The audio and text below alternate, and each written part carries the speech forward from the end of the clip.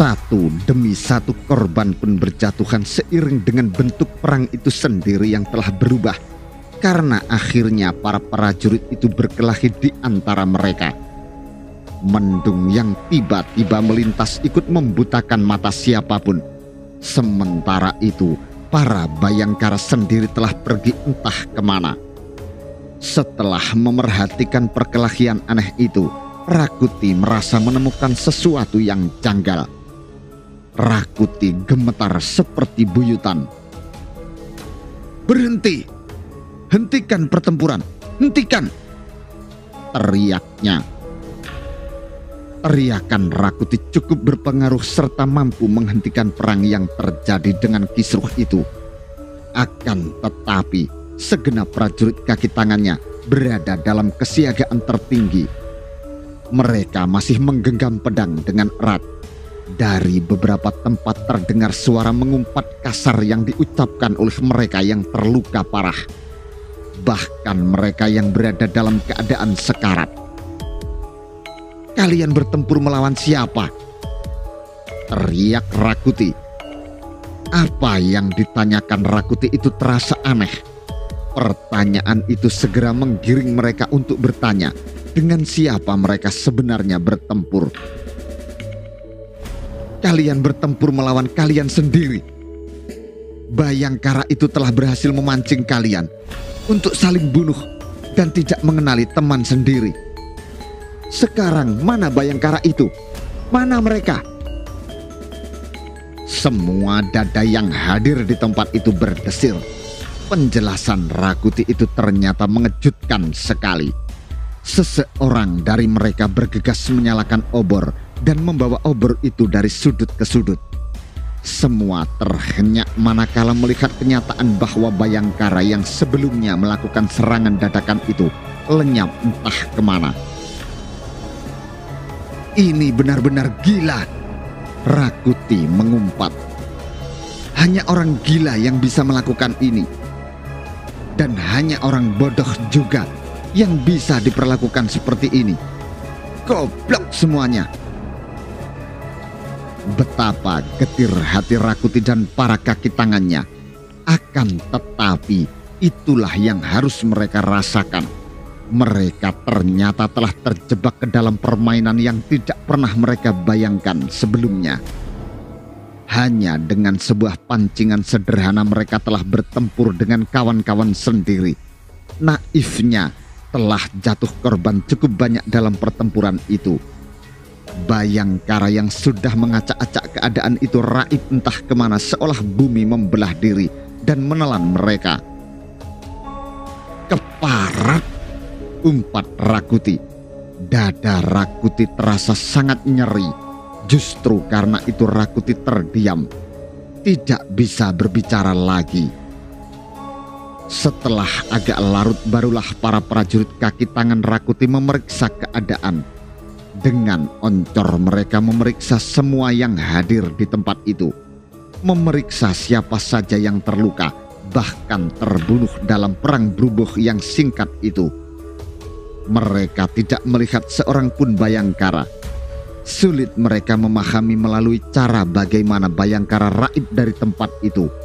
Yang jelas jejak-jejak yang mereka tinggalkan benar-benar menyakitkan. Mereka saling bantai di antara mereka sendiri. Barangkali saat itu pasukan Bayangkara telah melenggang entah kemana atau tertawa terbahak-bahak menertawakan kebodohan mereka. "Diamput!" umpat Rakuti amat kasar.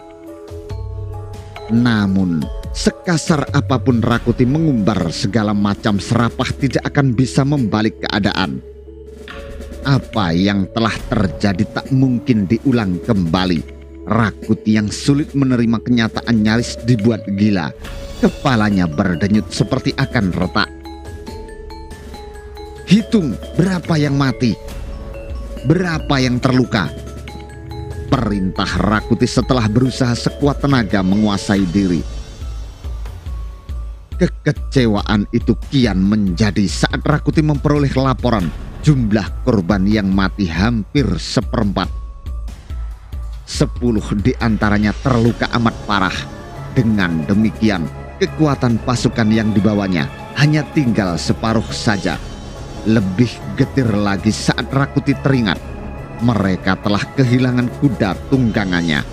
Padahal jarak yang membentang antara Kabuyutan Mojo Agung ke kota raja tidak bisa dikatakan dekat. Jarak sedemikian jauh itu terpaksa harus ditempuh dengan berjalan kaki. Melihat perkembangan keadaan yang seperti itu, Rakuti terpaksa harus berpikir keras. Kenyataan pahit yang akhirnya harus ditelan oleh Rakuti di dalam gelap malam dan jauh dari kota raja seperti itu bukan Bayangkara yang mereka buru, tetapi merekalah yang diburu Bayangkara. Jumlah yang jauh lebih banyak ternyata bisa tidak berarti apa-apa. Apa boleh buat, ucap Rakuti. Kita tinggalkan tempat ini. Kita pulang ke kota raja. Sebenarnya lah apa yang dilakukan Rakuti dan para prajuritnya selalu dibayang-bayangi oleh Bayangkara. Rakuti yang merasa sangat gerah ingin segera meninggalkan tempat itu.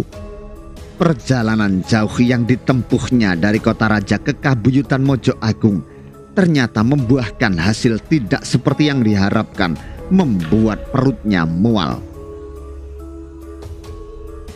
Rakuti mengambil sebuah keputusan yang membuat para prajurit bawahannya terperangah. Mereka yang terbunuh terpaksa ditinggalkan di tepi bulak itu. Bahkan mereka yang terluka parah dan dianggap tidak akan mampu bertahan juga ditinggalkan. Pada mereka dijanjikan untuk segera diadakan penjemputan. Rakuti tak ingin ada gangguan dalam perjalanan kembali itu. Tetapi beberapa prajurit lain mempersoalkan. Mereka tak bisa menerima perlakuan yang tidak manusiawi itu. Penolakan yang dilakukan ternyata begitu keras sehingga Rakuti harus mengubah keputusannya. Maka perjalanan kembali itu bukan perjalanan yang lancar tanpa adanya kuda. Perjalanan kembali itu juga dibayangi rasa was-was. Dengan cara yang cerdik, Bayangkara telah berhasil membuat kekacauan di dalam pasukan Rakuti. Seperti orang yang berada di ketinggian sebuah puncak gunung. Yang mereka lakukan sekedar menggelindingkan sebuah batu. Batu itu membentur bawahnya dan menimpa bagian bawahnya lagi. Ketika sampai di bawah yang terjadi sebuah tanah longsor, membuat Rakuti kelabakan karena para prajurit pendukungnya larut dalam keadaan yang sengaja diciptakan Bayangkara itu. Langkah yang diambil pasukan Bayangkara itu penuh muatan bahaya dan ternyata memang meminta korban. Salah seorang dari mereka terluka sangat parah. Sabetan pedang serta ayunan trisula menghajar pinggangnya bagian belakang dengan telak, meretakkan tulang punggungnya. Napas prajurit Bayangkara Risang Pancerlawang tersengal. Para prajurit Bayangkara mengelilinginya. Semuanya cemas, tetapi Risang Pancerlawang berusaha tegar bahkan tersenyum. Kebersamaan yang terjalin selama ini menciptakan ikatan yang begitu kental dan akrab antara mereka dengan Risang Pancerlawang. Melihat keadaan Risang Pancerlawang yang seperti itu, Singa Parepen nyaris liar. Dengan sekuat tenaga Gagak Bongol berusaha menenteramkan hatinya. "Maafkan semua dosaku," berkata Pancerlawang dengan tersendat. Napasnya makin tersendat. "Kau tidak akan mati, Risang." Singa Parepen mengguncang lengannya. "Kau tidak akan mati." Tetapi darah yang mengalir dari tubuh Risang Pancerlawang makin banyak. Dalam siraman cahaya obor yang mereka nyalakan, terlihat tubuh Bayangkara itu makin pucat. Dari keadaan tubuhnya bisa diyakini Risang Pancerlawang akan meninggalkan mereka. Hidupnya tak akan bisa diselamatkan lagi. "Jika aku mati," ucap Risang Pancerlawang dengan suara makin lemah, Aku bangga mati sebagai Bayangkara. Janganlah kematianku sia-sia. Berjuanglah dengan sekuat tenaga dan kembalikan Baginda Jayanegara ke singgasananya. Para Bayangkara yang mengerumuni tubuh terkulai lemah itu menyimak dengan saksama. Suasana sangat sunyi. Tak seorang pun bersuara. Bersama-sama menunggu saat-saat terakhir Bayangkara Risang Pancerlawang meninggalkan mereka semua. Maka terjadilah yang harus terjadi. Mata Bayangkara Risang Pancerlawang terpejam untuk selama-lamanya. Semuanya terhenyak. Meski para Bayangkara telah dibekali oleh sebuah kemungkinan mati bisa mengintai di medan pertempuran, tetapi ketika kematian itu menimpa salah seorang dari mereka, rasa pedih itu tetap menyeruak, mengacak-acak sanubari. Namun seseorang berbicara dalam hati.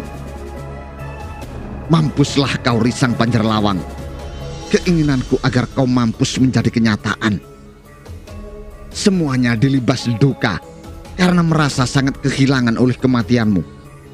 Akan tetapi tak seorang pun yang menduga, termasuk kau sendiri. Akulah yang membenamkan tombak dan mengayunkan pedang itu. Dengan demikian, akulah yang akan mewarisi semua yang kau miliki, terutama istrimu yang diam-diam membuatku gila itu. Suara yang bergema hanya dalam hati itu adalah suara telik sandi kaki tangan Rakuti. Sebagaimana yang lain, Bayangkara telik sandi itu juga ikut menekuk wajahnya, bahkan paling dalam. Kematian Pancerlawang memang sangat menyengat. Duka mendalam membuahkan kemarahan. Singa Parepen yang amat kehilangan orang yang dianggapnya saudara itu kehilangan kendali. Matanya liar kemerahan, bahkan membasah. Suaranya lantang saat berteriak sambil mencabut senjatanya. Keparat kau Rakuti, aku bunuh kau. Gagak Bongol dan Lembang Laut berusaha memeganginya, tetapi Singa Parepen begitu kuat. Dengan sekali sentak ia berhasil melepaskan diri. Namun Lembang Laut berhasil mengganjal kakinya hingga jatuh. Bayangkara yang lain membantu meringkus Singa Parepen. Singa Parepen masih berteriak-teriak liar. Singa Parepen, tenanglah, ucap Bayangkara Pradabasu. Napas Singa Parepen tersengal. Dengan susah payah Singa Parepen berusaha menenteramkan diri sendiri. Namun air matanya membanjir. Kita semua harus merelakan kepergiannya, berkata Lembang Laut. Kematian Risang Pancerlawang tidak akan sia-sia. Ia mati secara kesatria, maka nirwana yang diperolehnya, kemarahanmu kepada musuh, harus kau tahan. Kita semua marah. Kita semua akan bahu-membahu menjungkalkan Rakuti. Tenanglah. Apa yang diucapkan Lembang Laut belum meredam kemarahan Singa Parepen. Tetapi dengan sekuat tenaga Parepen menumbuhkan kemauan untuk mengendalikan diri. Meskipun demikian, napasnya tetap saja tersengal, seolah kekurangan pasokan udara. Semua benar-benar merasa kehilangan. Kematian Risang Pancerlawang itu seolah mengingatkan siapapun bahwa kematian bisa menimpa siapa saja. Bisa terjadi melalui peristiwa apa saja, melalui pertempuran dalam peperangan, usia tua atau muda. Gagak Bongol yang dituakan oleh para Bayangkara segera mengambil keputusan. Kita semua jangan larut dalam kesedihan, ucap Bongol. Apa yang menimpa Risang Pancerlawang harus kita jadikan pembakar semangat untuk berjuang sekuat tenaga, menggusur Rakuti, dan mengembalikan Sri Baginda sebagai raja yang sah. Sekarang, marilah kita laksanakan kewajiban kita, memberikan penghormatan kepada Risang Pancerlawang. Semua bergerak. Tanpa banyak berbicara, para bayangkara mengumpulkan kayu kering yang cukup banyak tersedia di tepian hutan itu. Mereka siap menyelenggarakan upacara pembakaran layon sebagaimana keyakinan yang dianut Risang Pancerlawang. Manakala tumpukan kayu kering yang diperoleh cukup memenuhi kebutuhan, layon diletakkan di atasnya. Masing-masing telah memegang obor dan disulut bersama-sama ke tumpukan kayu. Api mulai berkobar dan dingin malam tidak bisa mencegah api yang mengantarkan Risang Pancerlawang dalam upacara muksa itu. Para bayangkara terpaku diam. Tidak seorang pun yang mengeluarkan suara. Di setiap wajah tergambar raut duka. Jika yang lain cukup tegar untuk tidak menitikkan air mata, tidak demikian dengan Singa Parepen. Dalam siraman cahaya api terlihat wajahnya memerah, matanya juga memerah dan basah. Singa Parepen tidak mampu melupakan betapa kentalnya persahabatan yang terjalin di antara mereka. Persahabatan itu bahkan melebihi hubungan saudara. Apalagi Singa Parepen ingat Risang Pancerlawanglah yang memberikan dorongan agar ia terjun mengabdi diri, menjadi bagian dari bayangkara dan memperoleh kesempatan untuk mengabdi kepada negara. Melewati tengah malam upacara muksa itu usai, Lembang Laut dan Gagak Bongol mengambil keputusan untuk memberikan kesempatan istirahat. Segenap bayangkara memanfaatkan kesempatan itu dengan baik untuk memperoleh kesegaran tubuh pada esok harinya. Gagak Bongol menggamit Lembang Laut. Dua orang itu segera memisahkan diri untuk membicarakan suatu hal yang sangat penting. "Ada apa?" bertanya Lembang Laut. Gagak Bongol menerawang diam sejenak. "Aku perlu membicarakan kematian Risang Pancerlawang," kata Gagak Bongol. "Ada yang tidak wajar pada kematiannya." Lembang Laut mencuatkan alis. "Aneh bagaimana?" Lembang Laut bertanya. Gagak Bongol menghela desah. Ada kesedihan yang demikian kental mengeram di sudut dadanya. Gajah Mada yang menganggapnya ceroboh sehingga menjadi penyebab bocornya persembunyian Jaya Negara menjadikan hatinya gundah. Telik sandi kaki tangan Rakuti yang menyusup di tubuh bayangkara itu sungguh menjengkelkan. Meski Gagak Bongol telah berusaha keras memilah, tetap saja tidak berhasil menemukan nama yang paling layak dicurigai menjadi mata-mata Rakuti. "Kita salah menerka," kata Gagak Bongol. "Sebelumnya kita menduga telik sandi Rakuti itu berada di antara mereka yang ngotot pergi ke Krian. Dugaan itu ternyata salah. Telik sandi itu justru berada di tempat sebaliknya." Lembang Laut manggut-manggut. "Lalu kematian Risang Pancerlawang," ucap Gagak Bongol. "Karena perbuatan telik sandi itu bukan anak buah Rakuti yang melakukan." Lembang Laut terhenyak. Pandangan matanya lekat tertuju kepada Gagak Bongol. "Kau yakin itu?" tanya Lembang Laut. "Kau lihat bagaimana luka Risang Pancerlawang?" Lembang Laut masih belum paham. "Luka itu jelas dilakukan melalui serangan pedang dari arah belakang dengan ayunan dari kanan ke kiri. Risang Pancerlawang tak bisa melihat siapa yang melakukan karena terjerembab, dilanjutkan sebuah trisula menghunjam ke punggungnya.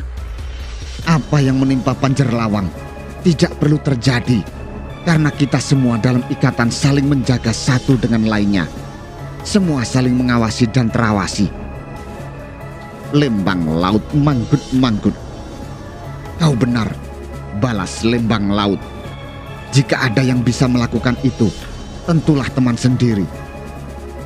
"Nah, siapa orangnya?" tanya Gagak Bongol. Pertanyaan itu larut dalam hening yang tiba-tiba menyeruak. Siapa sebenarnya Telik Sandi itu? Keberadaannya benar-benar seperti bisul di tubuh, terasa sakit dan sangat mengganggu. Apalagi bagi Gagak Bongol yang terpukul oleh kecurigaan Gajah Mada. Boleh jadi Gajah Mada masih mempercayainya, tetapi tetap saja tuduhan itu melekat pada tubuhnya yang dianggap sebagai pintu kebocoran rahasia persembunyian Jaya Negara di Kabuyutan Mojo Agung.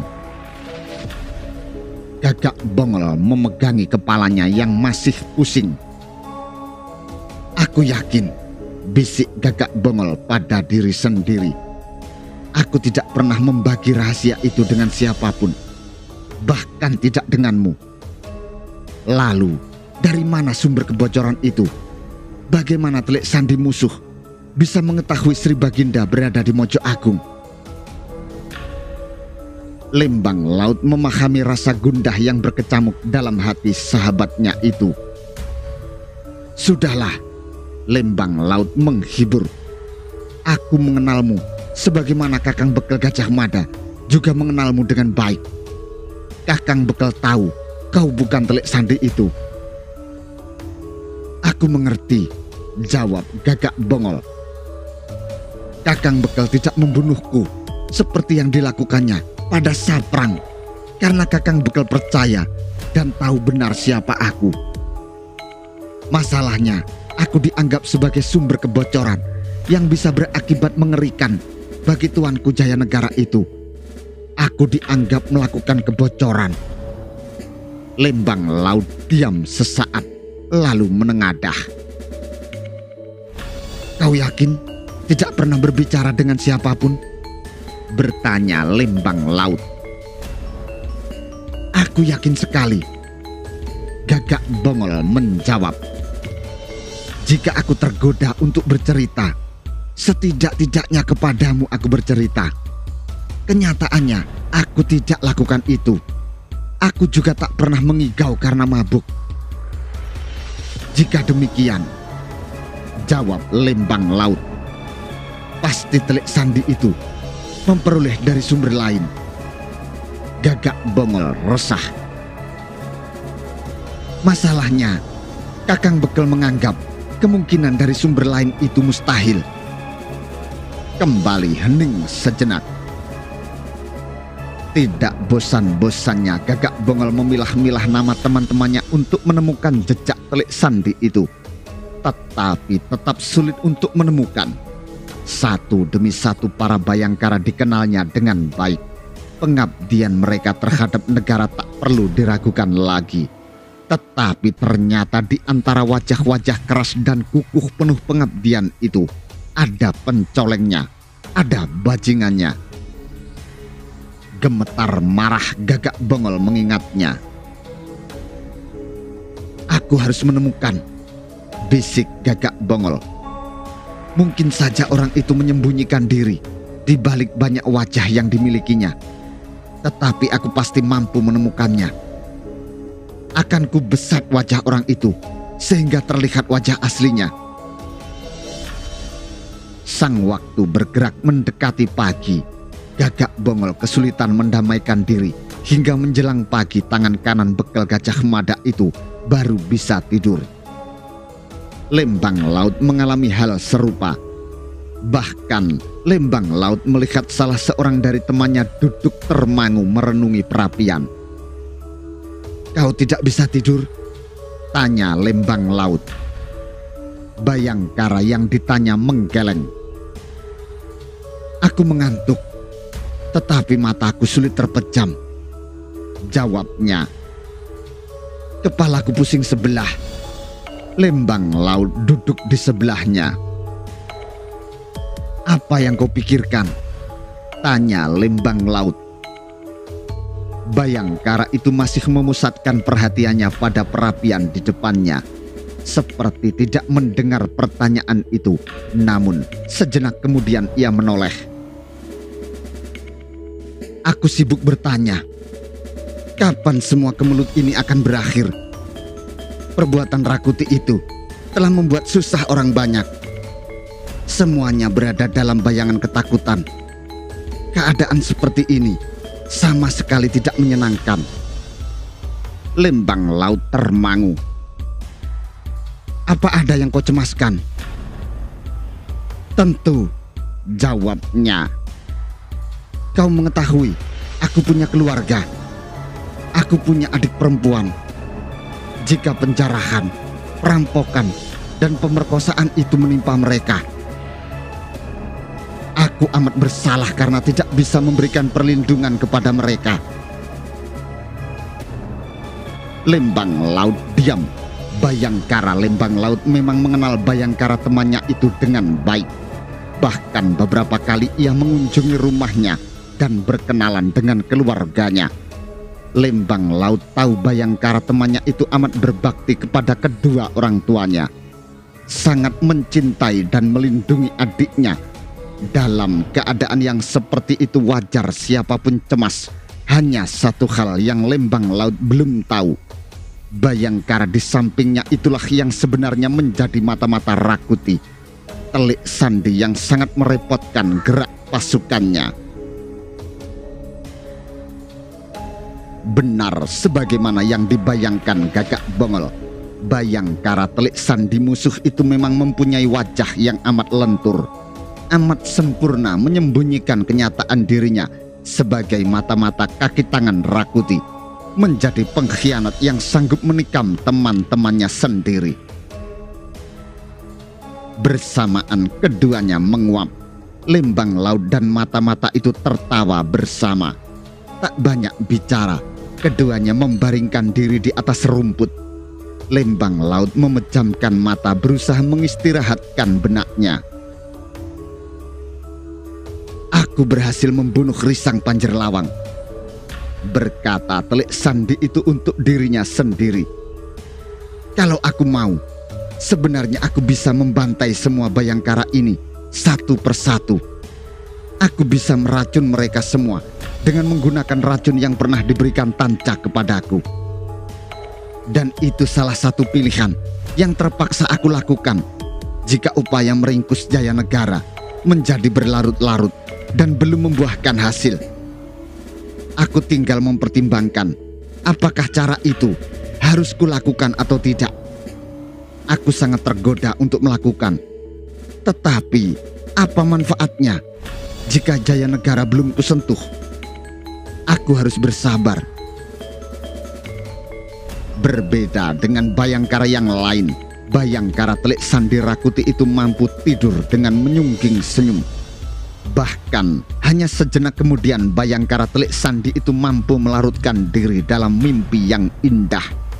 Sebaliknya dengan Bayangkara Gagak Bongol, ia tak bisa mengesampingkan rasa gundahnya. Bayangkara Gagak Bongol merasa jengkel karena sampai sejauh ini masih belum mampu menemukan jejak yang benar. Jejak dari Telik Sandi musuh yang sesungguhnya. Bayangkara Gagak Bongol terus berusaha memilah-milah, tetapi tetap saja tangan kanan bekel Gajah Mada itu tersandung jalan buntu. Semua jalan telah ia lewati, semua kemungkinan telah ia timbang dengan sebaik-baiknya, tetapi tetap saja bayangan Telik Sandi itu belum ia temukan.